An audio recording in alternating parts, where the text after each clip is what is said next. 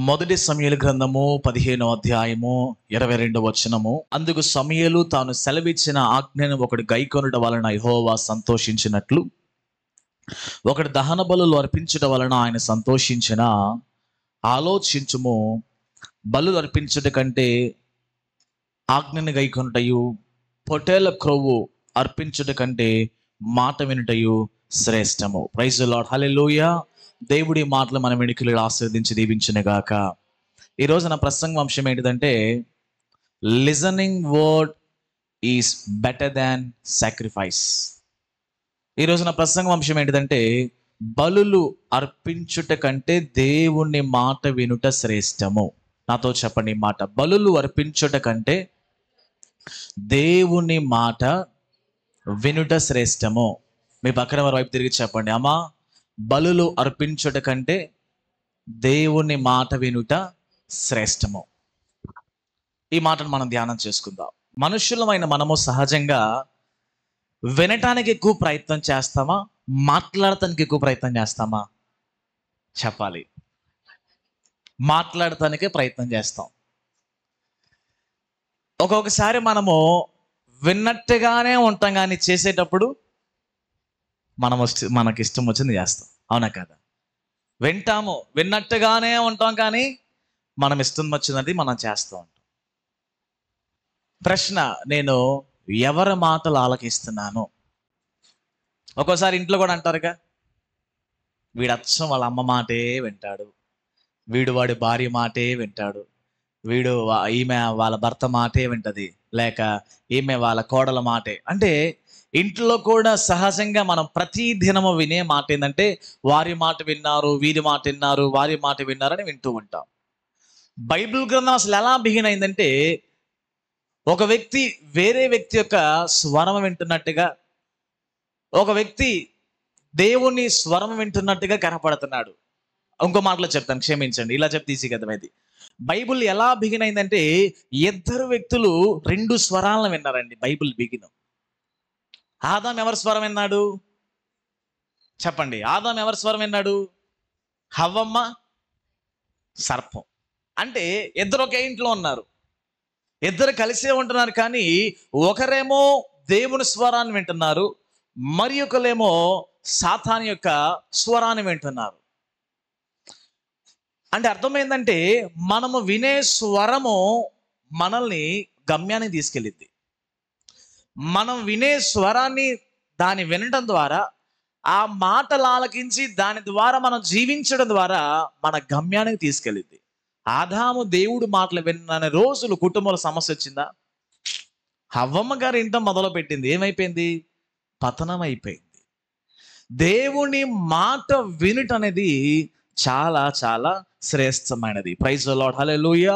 అందుకే కీర్తనకారుడు కూడా 81వ కీర్తన 13వ చరణం అంటాడు, 81వ కీర్తన 13వ చరణం అంటాడు, అయ్యో నా ప్రజలు నా మాట వినని ఎడల, ఇజ్రాయేలు నా మార్గము అనుసరించిన ఎడల ఎంత మేలు. దేవుడు చెప్తున్నాడు కదా, అయ్యో ఇజ్రాయేలు ప్రజలారా, మీరు నా మాట వింటే ఎంత శ్రేష్టమో, మీరు నా మాట ఆలకిస్తే ఎంత ఉత్తమమో, ఎంత శ్రేష్టం అంటున్నాడు దేవుడు. అంటే ఇప్పుడు ఇక్కడ మనం చదువుకున్న లేఖనాల్లో 2 అధ్యాయాలు మీకు చూపించానండి. ఒకటేమో మొదటి సమూయేలు గ్రంథము 13వ అధ్యాయము 13వ వచనము. రెండో సందర్భము మొదటి సమూయేలు గ్రంథము 15వ అధ్యాయం 22వ వచనం. 2 సందర్భాలను చూపించా. ఈ 2 సందర్భాల గురించి ఆల్రెడీ గడిచిన వారం ధ్యానం చేసుకున్నాం. ఏం చెప్పాను పోయిన ఆదివారం నేను వచ్చినప్పుడు? అవకాశమును కోల్పోయిన సౌలు ఎందుకు కోల్పోయాడు అవకాశాన్ని? ఒకటి, దేని కొరకు పిలువబడి ఉన్నాడు దాన్ని, నాన్న ఇటు చూడమ్మా, దేని కొరకు పిలువబడి ఉన్నాడు దాన్ని మర్చిపోయాడు. రెండోది, తన పూర్వపు స్థితిని మర్చిపోయాడు. అందుకే దేవుడిచ్చిన అవకాశాన్ని పోగొట్టేసుకున్నాడు. ఈ 2 సందర్భాలను మీ ముందు ఉంచాను. ఒకటేమో బలర్పించేశాడు, రెండోదేమో అమాలేకుల్ని సంపూర్ణంగా హతమార్చమంటే సంపూర్ణంగా వాళ్ళని హతం చేయలేదు. ఈ 2 సందర్భాలు. ఈ రెండు విషయాలలో చెప్తున్నాడు భక్తుడైన సమూయేలు అంటున్నాడు కదా. 15వ అధ్యాయం 22వ వచనంలో ఆయన చెప్తున్న మాట ఏంటంటే, బలులు అర్పించుట కంటే ఆజ్ఞను గైకొనుటయు, పొట్టేళ్ల క్రొవ్వు అర్పించుట కంటే మాట వినుటయు శ్రేష్టం. నాతో ఈ మాట చెప్పండి. బలులు అర్పించుట కంటే దేవుని మాట వినుట శ్రేష్టము, పొట్టేళ్ల కొవ్వు అర్పించుట కంటే మాట వినుట శ్రేష్టము. అదే వచనంలో బిగినింగ్ లో అంటాడు 15:22లో, ఆయన ఆజ్ఞను గైకొనడం వల్ల దేవుడు సంతోషించును కదా. దేవుని మాట ఆలకించడం శ్రేష్టమైనది. దేవుని మాట గైకొనడం ద్వారా దేవుడు ఎంతగానో సంతోషించేవాడై ఉన్నాడు. ప్రైజ్ ది లార్డ్, హల్లెలూయా. అందుకే అంటాడు కదా 13:13లో, నీవు దేవుని ఆజ్ఞను గైకొనలేదు కాబట్టి నీ రాజ్యం ఏమైంది? నిలవబడదు. నీ రాజ్యం ఏమైంది? తీసేస్తా. అంటే మనము దేవుని మాట ఆలకించకపోతే మనకి ప్రయోజనము కదా. దేవుని మాట ఆలకిస్తే మనకి ప్రయోజనము, దేవుని మాట ఆలకించకపోతే మనకి నష్టమే. అసలు దేవుని మాట ఎలాంటిదో మీకు చెప్తాను. దేవుని మాట వింటే కలిగే ప్రయోజనాలు చెప్పేసి నా మాటలు ముగిస్తా. ప్రార్థన చేసిన దేవుడిచ్చిన ఆలోచన మాత్రమే. దేవుని మాట ఎలాంటిది, ఎందుకని దేవుని మాటని ఆయన అక్కడ స్పష్టంగా అంటాడు. నాతో ఈ మాట చెప్పండి. దేవుని మాట శ్రేష్టమైనది. అంటే అసలు ఆయన మాట ఎందుకు శ్రేష్టంగా ఉంది? ఆయన మాట వినటం ద్వారా ఎందుకు మేలు కలిగింది? అసలు ఆయన మాట ఎలాంటి మాట అని మనం కనుక పరిశీలన చేస్తే, హెబ్రీయులకు రాసిన పత్రిక 1వ అధ్యాయం 3-4 వచనాల్లో ఒక మాట ఉంది. హెబ్రీయులకు రాసిన పత్రిక 1వ అధ్యాయము 3-4 వచనాల్లో ఆయన గురించి ఒక మాట చెబుతుంది. ఆయన ఎలాంటి మాట అంటే ఆయనది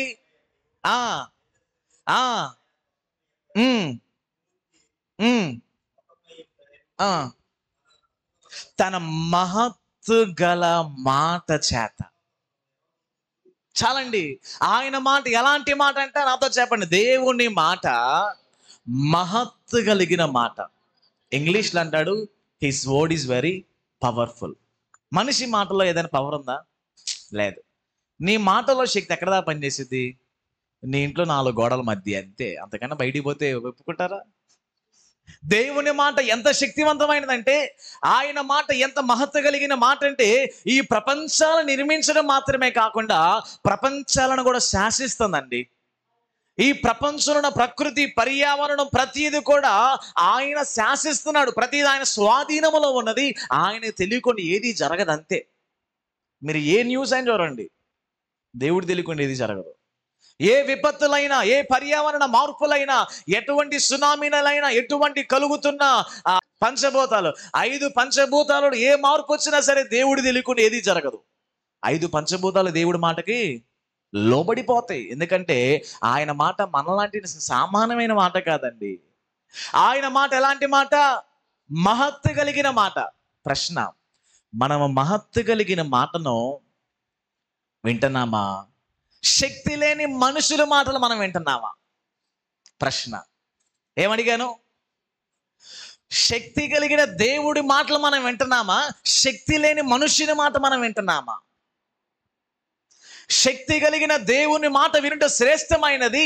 శక్తి లేని మనుష్యుని మాట వినటం అనేది శ్రేష్టం కానిది. ఆయన మాట చాలా మహత్తు కలిగిన మాట. చెప్తూ వెళ్తా. ఇంకా ఇర్మియా గ్రంథం 23వ అధ్యాయం 29వ వచనం. ఇర్మియా గ్రంథం 23వ అధ్యాయం 29వ వచనంలో అక్కడో మాట అంటాడు కదా, నా మాట అగ్ని వంటిది కాదా, నా మాట బండను బద్దలు చేయి శుద్ధి వంటిది కాదా. నాతో ఈ మాట చెప్పండి. దేవుని మాట అగ్ని వంటిది. చెప్పండి మాట నాతో. దేవుని మాట బండను బద్దలు చేయి శుద్ధి వంటిది. మీ పక్కన వారికి తిరిగి చెప్పండి, దేవుని మాట మామూలు మాట కాదు. దేవుని మాట ఎట్లాంటిదంట? బండను బద్దలు చేయి శుద్ధి వంటిది. దేవుని మాట అగ్ని వంటిది. ఎంతమంది వాక్యం చెప్తుంటే వాళ్ళు చాలా మంది వారి గుండెలు బాదుకొని ఏడుస్తారండి. దేనికోసం? పాస్టర్ గారు ఉట్టి మాటలు చెప్పాడా? లేదు.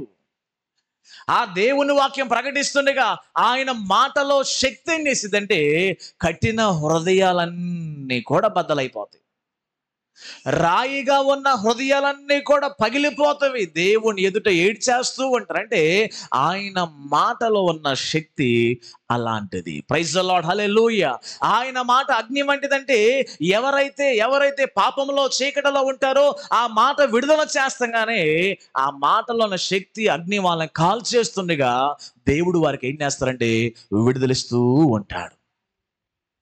ఆయన మాట అనేది సామాన్యమైన మాట, శక్తి లేని మాట కాదండి. ఆయన మాట శక్తివంతమైనది, బండను బద్దలు చేసి వంటిది. హెబ్రీయులకు రాసిన పత్రిక 4:12 ఒక మాట ఉంటుంది. హెబ్రీయులకు రాసిన పత్రిక 4:12 ఒక మాట అంటాడు, ఆయన మాట ఎలాంటిదంటే దేవుని వాక్యము. చదవండి. ఆ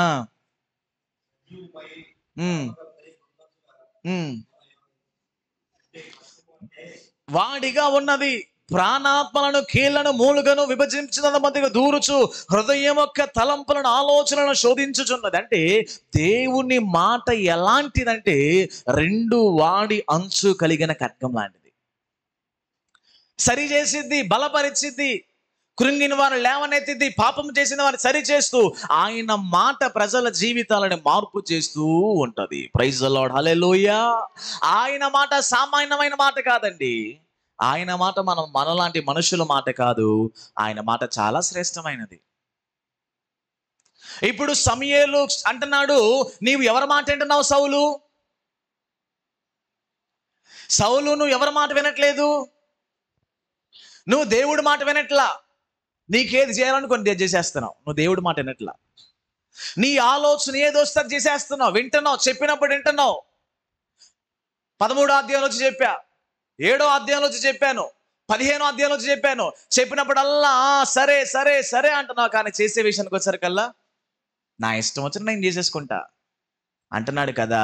నీవు దేవుని మాట యొక్క శ్రేష్టత నువ్వు తెలుసుకోవట్లా. ఒక మాట మీకు చెప్తాను, మీకు అర్థం అవడానికి ఈజీ చెప్తా. ఇప్పుడు నేను 30 సంవత్సరాలు, నాకు 30 సంవత్సరాలు ఉండి నాకు ఏ ఉద్యోగం లేదు, రోడ్ల మీద తిరుగుతా ఉన్నా. పెళ్లి చేసుకోవడానికి ఏ అమ్మాయి కూడా నాకు ఇయ్యట్లా. ఏడబోయి నాకు ఉద్యోగం ఏంటి పని అన్నట్టు అలా అంటున్నారు. నువ్వు చదువుకున్నావా? చదువు లేదు, సంధి లేదు, సంతకం పెడతావు రాదు, చదవడం రాదు, లెక్కలేయడం రాదు, నీ ఏ గుమ్మస్తాలో ఏ కొట్లో పెట్టుకుంటావు అని తిడుతున్నారు. అప్పుడు నేనేం చేస్తాను? ఆలోచన చేస్తా. నేను చిన్నగా ఉంటా, 10 సంవత్సరాలు 12 సంవత్సరాలు అప్పుడు మా అమ్మ వాళ్ళు ఏం చెప్పేవాళ్ళు, అరే బడికి వెళ్ళరా అని చెప్పారు. సరే బడికి పోయి మట్ట సంగతి చదువుకున్నానా, అమ్మాయిలను కదిలేయటం, చివరి బెంచ్లో కూర్చొని గొడవ చేసేసా, సబ్జెక్టులన్నీ ఫెయిల్ అయ్యా. అక్కడ వాళ్ళు నాకు చెప్పిన మాట నేను వినలా. వాళ్ళు చెప్పినప్పుడు నేనేమనుకున్నా, ఏముందిలే అనుకున్నా. ఇప్పుడు నాకు ఆ బాధ తెలిసింది 30 సంవత్సరాలు వచ్చినాక. అయ్యో, ఆ మాట వింటే ఎంత బాగుండు. దేవుని మాట యొక్క శ్రేష్టత ఎప్పుడు తెలుసుకుంటాం అంటే నీ జీవితంలో నష్టపోయినప్పుడు తెలుసుకుంటాం. నేను మరలా చెప్తున్నా వినండి. దేవుని మాట యొక్క విలువ, దేవుని మాట యొక్క శ్రేష్టత మనం ఎప్పుడు తెలుసుకుంటామంటే చెప్పితే మనం తెలుసుకోమండి. విను అంటే తెలుసుకో. ఆ మాట వినకుండా మనము మన సొంత మాట ప్రకారం కొండ వెళ్ళి ఏదైనా నష్టపోయా అనుకో, అయ్యో వింటే ఎంత బాగుండో. ఇక్కడ సౌలుకి అదే చెప్తున్నాడు. సమూయేలు, నీవు 13వ అధ్యాయంలో చెప్పా, నేను మళ్ళా 15వ అధ్యాయంలో చెప్తున్నాను, 7వ అధ్యాయంలో ఎప్పుడో చెప్పేశా. నా మాట నువ్వు వినట్లేదయ్యా. ఇప్పుడు ఏమైపోయింది? రాజ్యము నిలవల. రాజ్యము దేవుడు స్థిరపరచాలనుకున్నాడు. బెన్యామీను గోత్రంలో ఉన్నవాడు, ఎవరి దృష్టిలో లేనివాడు, ఆయన అల్పుడుగా ఉన్నవాడు, ఘనత లేనివాడు, ఆ కుటుంబాలన్నిట్లో కూడా చాలా చిన్నవాడైనప్పటికీ దేవుడు ఒక ఉన్నతమైన స్థానాలు తీసుకొని కూర్చోబెడితే ఎవరి మాట వినలా? దేవుడి మాట వినలేదు. దేవుడి మాట మామూలు మాట కాదండి. ఆయన మాట శక్తి కలిగినది, ఆయన మాట మహత్వ కలిగినది, ఆయన మాట అగ్ని వంటిది, ఆయన మాట బండను బద్దలు చేసే శుద్ధి వంటిది, ఆయన మాట 2 అంచులు కలిగిన వాడి కలిగిన ఖడ్గమైనది. ఒక మాట చెప్తా మీకు అర్థం అవటానికి. దేవుడు సృష్టిని ఎన్ని రోజులు చేశాడు? 7 రోజులు అన్న వాళ్ళ చేతులు ఎత్తండి. 6 రోజులు దేవుడు చేశాడు, 7 రోజు విశ్రాంతి. దేవుడు అంటున్నాడు, 5 రోజులు చేసిన సృష్టి నా మాట ఉంది, 6వ రోజు చేసినాడు నా మాట ఎట్లా? 5 రోజులు నా నోటితో చెప్పిన వాళ్ళు నా మాట అంటున్నారు. నేను కష్టపడి చేత్తో చేసుకున్నా, నా పోలికలో చేసుకున్నా, వీడు నా మాట మాత్రం వినట్ల. బైబిల్ గ్రంథంలో మీరు చూసినట్లయితే యోనా గ్రంథంలో ఆ యొక్క తిమింగ్లు ఎవరి మాట ఉంది? యోనా ఎవరి మాట అన్నాడు? ఎవడి మాట అనిలా, ఆయన మాట ఆయనకే. మొన్న అయ్యగారు వచ్చారు కదా 2వ రోజు వాక్యం చెప్పడానికి. యేసు ప్రభువులు వారు సముద్రంలో వెళ్తున్నారు. నిద్రపోయాడు ఆయన, తర్వాత లేచాడు. ఆయన లేచి గద్దించగానే ఆయన మాటకి ఎవరు లోబడినాయి? గాలి, సముద్రము అన్ని లోబడిపోయినాయి. అంటే గాలి, సముద్రము, పంచభూతాలు, తర్వాత జలరాశులు, తర్వాత ప్రకృతి, పర్యావరణం ప్రతిది కూడా దేవుని మాటకు లోబడుతుంది. కానీ ఎవరు వినట్లేదు? మనమే, మనుషులం కాదండి, మనం అని చెప్పాలి. అందుకే అంటాడు కదా యెషయా గ్రంథం 1వ అధ్యాయం 2-3 వచనాల్లో, యెషయా గ్రంథం 1వ అధ్యాయం 2-3 వచనాలు అంటాడు, ఆకాశం ఆలకించుము, భూమి చెవి యొక్క మనంగా అయ్యామంటే ఆయా చెప్పయ్యా వింటాను అంటున్నాయి. ఆకాశం విను, భూమి వినంటే దేవా చెప్పయ్యా వింటా. చూడు, నేను పిల్లల్ని పెంచి గొప్ప చేశా. ఇప్పుడు వాళ్ళు ఏం చేశారు? నా మీద తిరుగుబాటు చేశారు, నా మాట వినట్ల. ఎద్దుకు తెలుసు ఏ ఇంటికి పోవాలో, గాడికి తెలుసు ఏ ఇంటికి పోవాలో, కానీ నా వాళ్ళకి ఏం తెలియదు. అయ్యే బెస్ట్ ఒకసారి. స్తోత్రం. దేవుడు అంటున్నాడు కదా, వీరు నా మాట అస్సలు వినట్లేదు. అందుకే బైబిల్ గ్రంథంలో శ్రేష్టమైన మాట మీకు జ్ఞాపకం చేసుకుని మెయిన్ మెసేజ్లోకి వెళ్తాం. ద్వితీయోపదేశకాండం 11వ అధ్యాయము 18, 19, 20 చదువుకుందాం. ద్వితీయోపదేశకాండం 11వ అధ్యాయము 18, 19, 20 వచనాల్లో దేవుడు మోషేకి చెప్తున్నాడు ఒక మాట. మీరేం చేయాలి? నా మాటలను మీ హృదయములో, మీ మనసులో ఉంచుకోవాలి. నా మాటలను మీ చేతుల మీద సూచనలుగా కట్టుకోవాలి.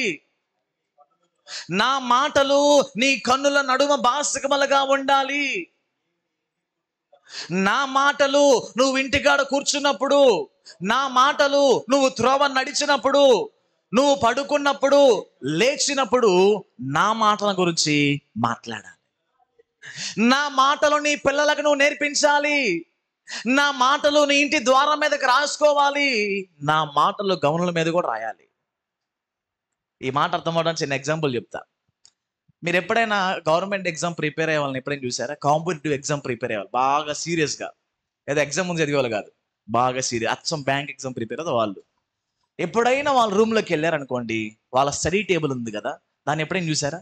ఎట్లుంటుంది? చిన్న చిన్న స్టిక్కర్లు ఉంటాయి అక్కడక్కడ, స్టిక్కీ నోట్స్. గోడకి చిన్న చిన్న పేపర్లు అతికించి ఉంటాయి. దాని మీద ఏముంటాయి?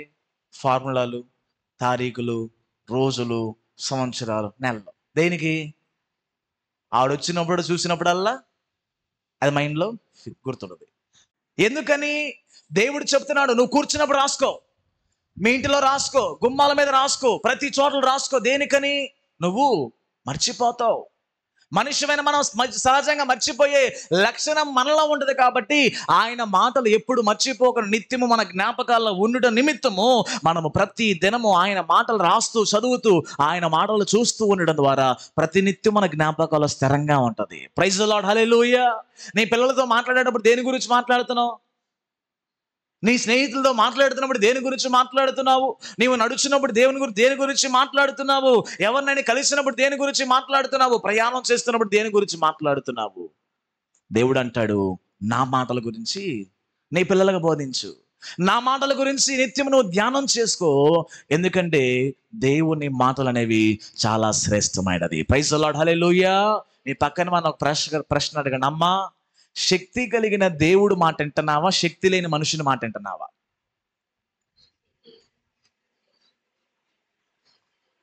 అడిగారా? ఏమడిగారు? శక్తి కలిగిన దేవుని మాట వింటున్నావా? శక్తి లేని మనుషుని మాట వింటున్నావా? దేవుని మాట ఎలాంటిది? 3 చెప్పా ఇప్పుడు. 1 మహత్త కలిగిన మాట, బండను బద్దలు చేయవంటిది, అగ్ని వంటిది. 2 వాడి కలిగిన అంచులు కలిగిన ఖడ్గం వంటిది. ఆయన మాట వదిలేస్తారండి. కొంతమంది ఎట్లుంటారంటే దేవుడు మాట పెద్ద పట్టించుకోరు, కానీ ఎవరైనా సహజంగా అన్నారు అనుకో, ఇంకా దానికి ఇంకా అక్కడే స్టక్ అయిపోతారు. కొంతమంది ఎట్లుంటారు చెప్తుంటారా? దేవుని వాక్యం చెప్పేది ఎట్లుండాలంటే అదేం మాటించరు. వాళ్ళు ఏదో చెప్పారని, వీళ్ళేదో చెప్పారని అది ఎక్కువ తీసుకుంటారు. అంటే మనము మనుషుల యొక్క మాటకి ఇచ్చినంత ప్రాధాన్యత శక్తి కలిగిన దేవుని మాట మనం వెళ్ళిపోతున్నాం. ఆయన మాట వింటే శ్రేష్టము. ఆయన మాట వింటే కలిగే 3 ప్రయోజనాలు అని చెప్పేసి నా మాటలు ముగిస్తా. మొట్టమొదటి మాట, ఫస్ట్ పాయింట్ చెప్తా. దేవుని మాట వినటం ద్వారా కలిగే ప్రయోజనము 3 చెప్పేసి నా మాటలు ముగిస్తా. ద్వితీయోపదేశకాండము 11వ అధ్యాయం 27, 28.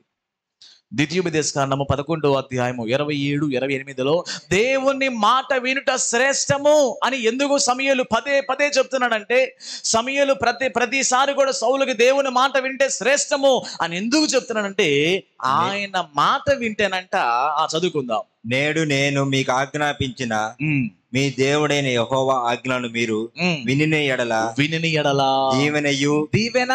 మీరు మీ దేవుడైన యెహోవా ఆజ్ఞలను వినకపోతే నేడు నేను మీకు ఆజ్ఞాపించు మార్గమును విడిచిపెడితే మీరు ఎరగని ఇతర దేవతలను అనుసరించిన ఎడల శాపమును మీకు కలుగును. చాలండి. మొదటి మాట నాతో ఈ మాట చెప్పండి. దేవుని మాట వినుట ద్వారా దీవెన కలుగును.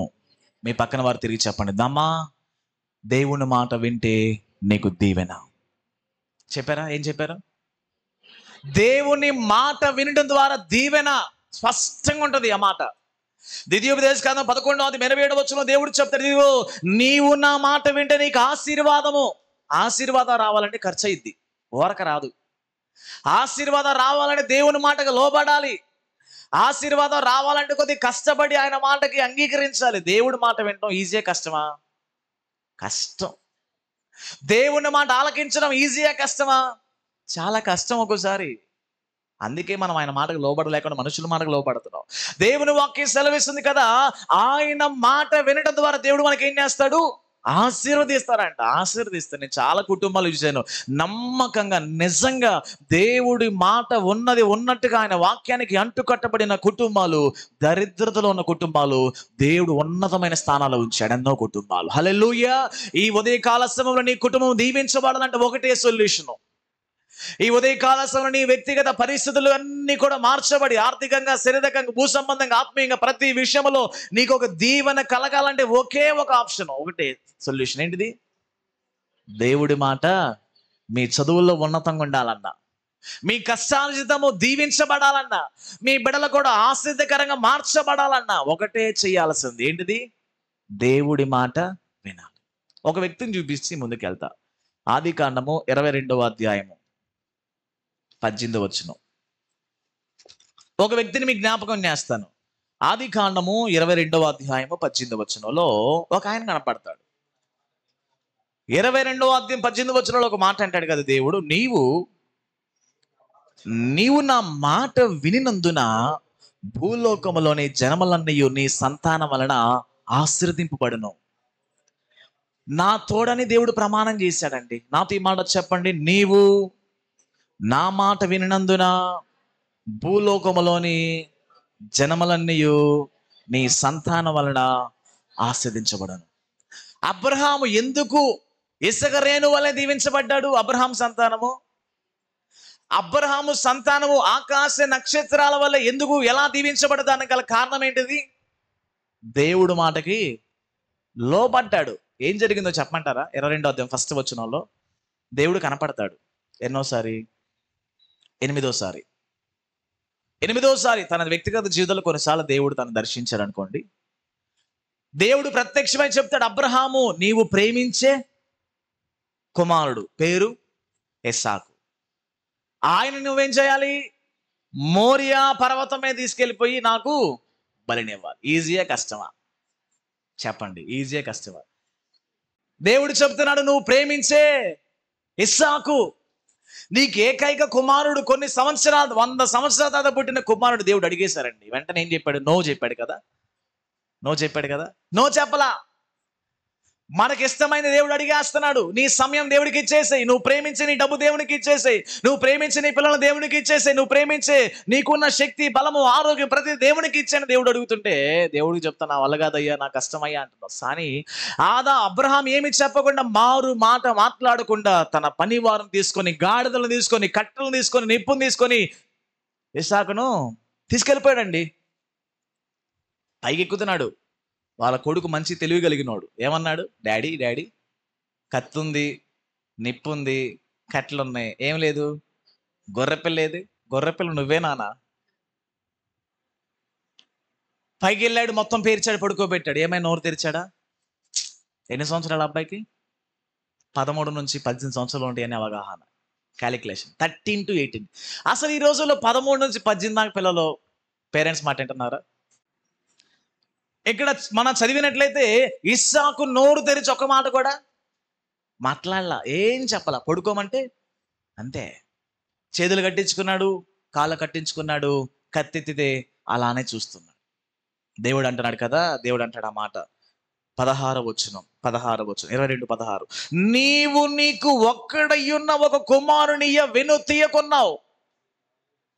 ఇదిగో నీవు నేను చెప్పిన మాట ప్రతిదీ కార్యము నెరవేర్చా కాబట్టి అందుకనే నేను నిన్ను ఇసుక రేణు వలె నేను దీవిస్తాను. నేను నీ సంతానాన్ని ఆకాశ నక్షత్రాల వలె దీవిస్తాను. నీ సంతానం ద్వారా భూలోకములో సంతానములన్నీ దీవించబడతాయి. ఒకటే చేసాడు. ఏంటిది? ఏం చేశాడు? దేవుడి మాట విన్నాడు. నువ్వు దేవుని మాట విను. నీవు దేవుని సేవకుని మాట వింటే నీ కుటుంబం అంతా దీవించబడింది. దేవుని మాట వినకుండా, దేవుని సేవకుని మాట వినకుండా నా ఇష్టం వచ్చింది నేను చేసుకుంటాను, నాకు ఆలోచన వచ్చినట్టు చేసుకున్నాను, చేసుకో, ఫ్రీడమ్ ఉంది, ఏం ఎవ్వరే మాట్లాడరు. చివరికి కాన్సిక్వెన్స్ వచ్చిన తర్వాత అయ్యో వింటే ఎంత శ్రేష్టమో. దేవుడు చెబుతున్నాడు స్పష్టంగా అబ్రహాముకి, ఇదిగో అబ్రహాము, నీవు నా మాట వినడందున నువ్వు దీవించబడ్డావు. ఫస్ట్ పాయింట్, దేవుడి మాట వినుట శ్రేష్టం అని చెప్పా. ప్రసంగం అంశం ఏంటిది? బలులు అర్పించుట కంటే దేవుని మాట వినుట శ్రేష్టం. దేవుని మాట వింటే కలిగే ప్రయోజనం ఏంటిది? ఫస్ట్ మాట ఆశీర్వాదము, దీవెన. రెండో మాట, ఈ మాట జాగ్రత్తగా వినండి. నిర్గమకాండము 15:26 వచనం. నిర్గమకాండము 15:26 వచనం. మీ దేవుడని యెహోవా వాక్కును. అందరు బైబిల్ ఓపెన్ చేశారా? 15:26. నీ దేవుడని యెహోవా వాక్కును శ్రద్ధగా విని ఆయన దృష్టికి న్యాయమైనది చేసి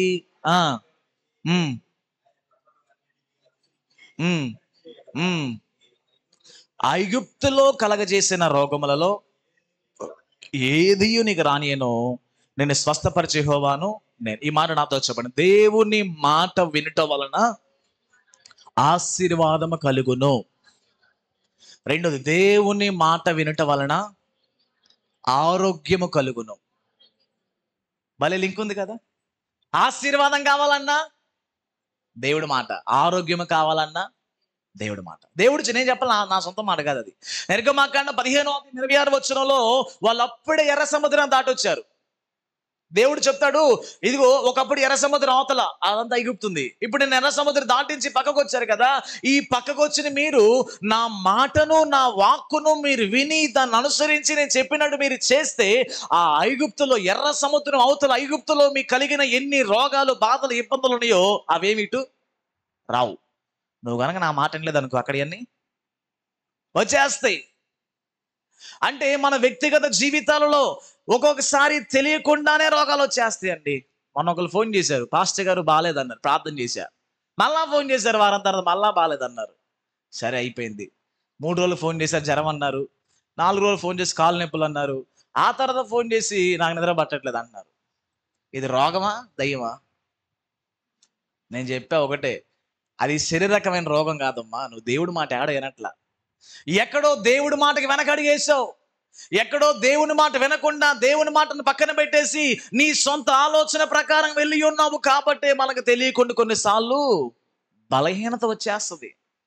దేవుడు చెప్తున్నాడు, ఇదిగో ఇశ్రాయేలు ప్రజలారా, మీరు ఐగుప్తులో కలిగిన రోగం మీకు కలగకుండా మీరు సంపూర్ణమైన ఆరోగ్యము స్వస్థత కలగాలంటే మీరు చేయవలసింది ఒకే ఒకటి, మీరు నా మాట వినాలి. నీవు దేవుడు మాట వింటే నేను స్వస్థపరచగలిగిన దేవుడైన యెహోవా మాత్రము ఉన్నాడు. ఒక ప్రశ్న, మీకు స్వస్థత, మనకి స్వస్థత కలగాలంటే, దైవికమైన ఆరోగ్యము కలగాలంటే, ప్రతి బలహీనత స్వస్థపరచబడి దేవుని యొక్క మంచి దైవికమైన స్వస్థత పొందుకోవాలంటే మనం వినవలసింది ఎవరి మాట? దేవుడి మాట. సంఖ్యాకాండం 21వ అధ్యాయము 9వ వచనంలో 7వ వచనం కానీ 9వ వచనంలో ఒక మాట జరిగింది, చెప్పడానికి సమయం లేదు. సంఖ్యాకాండం 21వ అధ్యాయం 7 నుంచి 9 వచనాల్లో వాళ్ళు దేవుడు మాట్లాడినట్లా, సేవకుడు మాట్లాడట్లా, ఎవడు మాట్లాడినట్లా దేవుడు సర్పాలను పంపించేశాడు. కాటు వేయటంతోనే అందరు చచ్చిపోతున్నారు. వెంటనే దేవుడు చెప్తాడు, ఒక ఒక ఒక అదేంటిది ఇత్తడి సర్పాన్ని ఒకటి చేయించి హైట్ ప్లేస్ నిలబెట్టు, వాళ్ళకు క్షమాపణ కోరుకొని నిదానం నుంచి నా వైపు చూస్తే నేను వాళ్ళని స్వస్థపరుస్తా. దేవుని మాట వినటం ద్వారా స్వస్థత, దేవుని మాట వినటం ద్వారా ఆరోగ్యము, దేవుని మాట వినటం ద్వారా మనకు విడుదల కలిగిద్ది. ప్రైజ్ ది లార్డ్, హల్లెలూయా. మూడోది ఒక మాట చెప్పేసి నా మాటలు ముగించేస్తా. ఫస్ట్ మాట, దేవుని మాట వినటం వల్ల కలిగే ప్రయోజనం ఏంటిది? దేవుని ఆశీర్వాదం. రెండోది, దేవుని మాట వినటం ద్వారా ఆరోగ్యము. మూడో మాట చెప్పి నా మాటలు ముగిస్తా. యోహాను సువార్త 5వ అధ్యాయము 24 వచనం. యోహాను సువార్త 5:24. నా మాట విని నన్ను పంపిన వాని యందు విశ్వాసముంచువాడు నిత్య జీవము గలవాడు. మూడోది నాతో చెప్పండి, దేవుని మాట వినుట వలన నిత్య జీవము కలుగును. ఫస్ట్ మాట ఏం చెప్పా? దీవెన. రెండోది ఆరోగ్యము.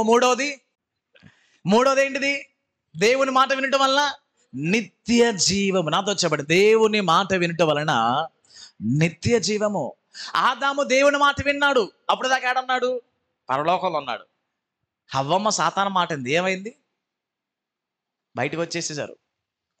దేవుని సందు నుంచి పక్కకి వెళ్ళిపోయారు. అంటే నిత్య జీవాన్ని కోల్పోయి నిత్య నరకానికి వారసులుగా మార్చబడిపోయి ఉన్నారండి. యేసు ప్రభులు వారు చెప్తారు కదా, నా మాట విని నన్ను పంపిన వాని యందు మీరు విశ్వాసం ఉంచితే మీరు నిత్య జీవం కలిగిన వారుగా మార్చబడతాడు. ఇంకో మాట స్పష్టంగా ఉన్నది, యోహాను సువార్త 8వ అధ్యాయం 51వ వచనం. యోహాను సువార్త 8వ అధ్యాయం 51వ వచనం అంటాడు, మీరు నా మాట గైకొని ఎడల వాడు ఎన్నడూ మరణమును పొందడు. నువ్వు దేవుడు మాట విను, నువ్వు చచ్చిపోవు.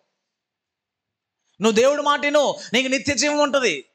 ఒక మాట చెప్తాను, నువ్వు దేవుడి మాట వినకపోతే ఏమవుతావు? చనిపోతావు. దేవుడి మాట వింటే బ్రతుకుతావు, దేవుని మాట వినకపోతే చచ్చిపోతావు. ఇక్కడ ఒక మాట చెప్తాను, దేవుని మాట వినకపోతే చనిపోవటం అంటే సహజంగా కాదు, మనిషిగా కాదు. నువ్వు దేవుని మాట వినలేదనుకో, నీ మనస్సాక్షి చచ్చిపోద్ది. ఏం చచ్చిపోద్ది? మనస్సాక్షి చచ్చిపోద్ది. నీవు దేవుడు మాట వినలేదనుకో, నీ హృదయము వాత వేయబడిన హృదయంగా మార్చబడిపోయింది. దేవుడు భ్రష్టత్వానికి అప్పగించేస్తారు. రోమీయులు రాసిన పత్రిక 1వ అధ్యాయంలో కనబడింది ఆ మాట. నువ్వు దేవుడు మాట వినకపోతే ఆయన నువ్వు ఆత్మీయంగా చచ్చిపోతావు. నీ స్పిరిచువల్ లైఫ్ ఒక డెడ్ పర్సన్ అయిపోతాడు దేవుడి మాట వినకపోతే. చాలా మంది ఉంటారు, చెప్పినా వినరు. దేవుడు వాళ్ళని వదిలేస్తాడు. తర్వాత సంగతి దేవుడు వాళ్ళ మొత్తం తీర్పులు తీర్చేస్తాడు. మనము దేవుని మాట వినటం ద్వారా, దేవుని మాటను ఆజ్ఞను గైకొనడం ద్వారా మనము మరణించిన శరీరకంగా మనము నిత్యము యేసయ్యతో యుగయుగాలు ఉంటాము. ప్రైజ్ ది లార్డ్, హల్లెలూయా. మనం యేసు ప్రభు నమ్ముకోవాల్సింది, యేసు ప్రభు దగ్గర రావాల్సింది ఆశీర్వాదము, ఆరోగ్యము, దీవెన మాత్రమే కాదు, శ్రేష్టమైనది పరలోక రాజ్యము, నిత్య జీవమైనది. హల్లెలూయా. నీకు నిత్య జీవం కావాలంటే ఏం చేయాలి? దేవుడి మాట వినాలి. నీకు నిత్య జీవం కావాలంటే దేవుని వాక్యం వినాలి, దేవుని సేవకుని మాట వినాలి, దేవుని ఆత్మ నడిపింపక అప్పగించుకోవాలి. ఆ ఉపదేశంలో నువ్వు స్థిరపరచబడగలిగితే ఆ దేవుని రాకడలో ఆ యొక్క వధువు సంగమగా నువ్వు ఎత్తబడినప్పుడు దేవునితో యుగయుగాలను ఉంటావు. హల్లెలూయా. ఒక్క వాక్యం చెప్పి నా మాట ముగిస్తా. మత్తయి సువార్త 7వ అధ్యాయం 26వ వచనం. మత్తయి సువార్త 7వ అధ్యాయం 24వ వచనంలో ఒక మాట ఉంది, నేను చెప్పిన ఈ నా మాటలు వినువాడు తన జీవితాన్ని ఎక్కడ కట్టుకుంటాడు? బండ మీద. నువ్వు దేవుడు మాట ఏంటి ఎక్కడ కట్టుకున్నట్టు? బండ మీద. మనుషుని మాట ఏంటి దేని మీద కట్టుకున్నట్టు? ఇసుక మీద. నీవు దేవుని మాట వింటే బండ మీద కట్టుకున్నట్టు మీనింగ్. నీవు దేవుని మాట వింటే బండ మీద నీ జీవితం కట్టబడిద్ది, ఆయన వాక్యం మీద కట్టబడిద్ది. తుఫాను రానివ్వండి, గాలి రానివ్వండి, వరదలు రానివ్వండి, భూకంపం రానివ్వండి, కానీ నువ్వు పడిపోవు. దేని మీద ఉంది నీ విశ్వాస జీవితము? బండ మీద. నువ్వు మనుషుల మాట వింటున్నావు, వాళ్ళు చెప్పారు, వీళ్ళు చెప్పారు, అలా చెప్పారు, ఇలా చెప్పారు, వాళ్ళ మాట విన్నావు, నువ్వు దేని మీద కట్టబడుతున్నావు? ఇసుక మీద. దెబ్బ కొడితే కింద, ఇంకా గాలి రాగానే కింద పడిపోతుంది, తుఫాను రాగానే కింద పడిపోతుంది, దాని రూపురేఖలే పోతుంది. మన వ్యక్తిగత జీవితాల్లో మనము దేవుని మాట వింటున్నామా, దేవుని మాట వినట్లేదో మన ప్రశ్న వేసుకోవాలి. ఆయన మాట వినటం ద్వారా చాలా శ్రేష్టమైనది. మనుషుని మాట వింటే శ్రేష్టం అని చెప్పాడు సమూయేలు. ఎవరి మాట వింటే శ్రేష్టము? దేవుడి మాట. నిజంగా మనం చెప్పగలమా, నేను నా దేవుడిని మాట నేను విన్నానని? సౌలు చెప్పుకున్నాడు, నేను దేవుడి మాట విన్నానని. నిజంగా విన్నాడా? కొంతమంది భలే చెప్తారండి, నేను దేవుడి మాట బాగా వింటున్నాను పాస్టర్ గారు. మా మాట అయినట్లయితే దేవుడి మాట ఏమంటావు?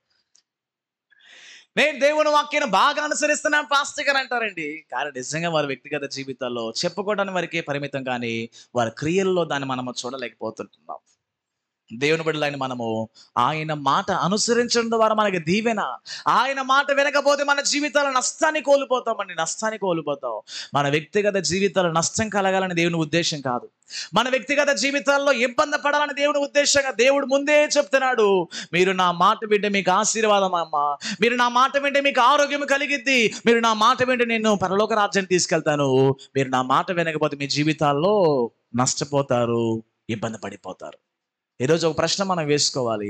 సమూయేలు సౌలుతో చెప్తున్నట్టుగా దేవుడు మనతో మాట్లాడుతున్నాడు. బలులు అర్పించడం కంటే,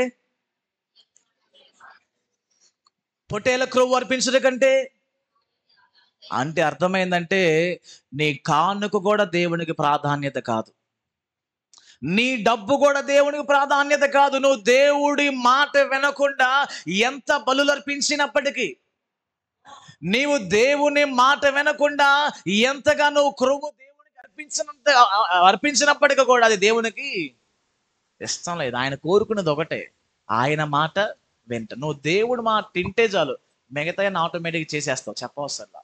దేవుని వాక్యం మొత్తం క్రమంగా మనం చేయగలుగుతాం. ఈరోజు ఒక ప్రశ్న ఏంటిదంటే, నేను దేవుని మాట వింటున్నానా లేదా? అందుకే అంటాడు కదా, బలులు అర్పించడం కంటే దేవుని ఆజ్ఞ వినటం మంచిది, పొట్టేల క్రొవ్వు అర్పించడం కంటే దేవుని మాట వినుట శ్రేష్టం. 15:22 ఫస్ట్ లైన్ అంటాడు, 15:22 ఫస్ట్ లైన్ అంటాడు, నీవు ఆయన ఆజ్ఞను గైకొనడం ద్వారా ఆయన సంతోషించు. నువ్వు దేవుడి మాట వినకపోతే ఎవరు బాధపడతారు? దేవుడు బాధపడతాడు. దేవుడు మన గురించి బాధపడితే మన జీవితాలు ఎలా ఉంటాయండి చెప్పండి? దేవుడిని గురించి బాధపడితే మన జీవితాలు ఏమైపోతాయి, ఉంటాయి అంటారు భూమి మీద? అసలు దేవుడు మన గురించి బాధపడితే మన జీవితాలన్నీ అసలు ఎలా మారుతాయి చెప్పలేని స్థితిలో. ఎప్పుడు కూడా ఆయన బాధ పెట్టొద్దు, ఎప్పుడు కూడా దేవుడు మనము సంతోషపెడతాం. మనం చనిపోయేంత వరకు ఆయన మాట ఆలకిస్తూ వెళ్దాం, ఆ ఉపదేశంలో స్థిరపరచబడదాము, నిత్య జీవానికి హక్కుదారులుగా మార్చబడి అట్టి కృప దేవుడు మనకి ఇచ్చును గాక. ఆమేన్. మోకరించండి, ప్రార్థన చేసుకుందాం.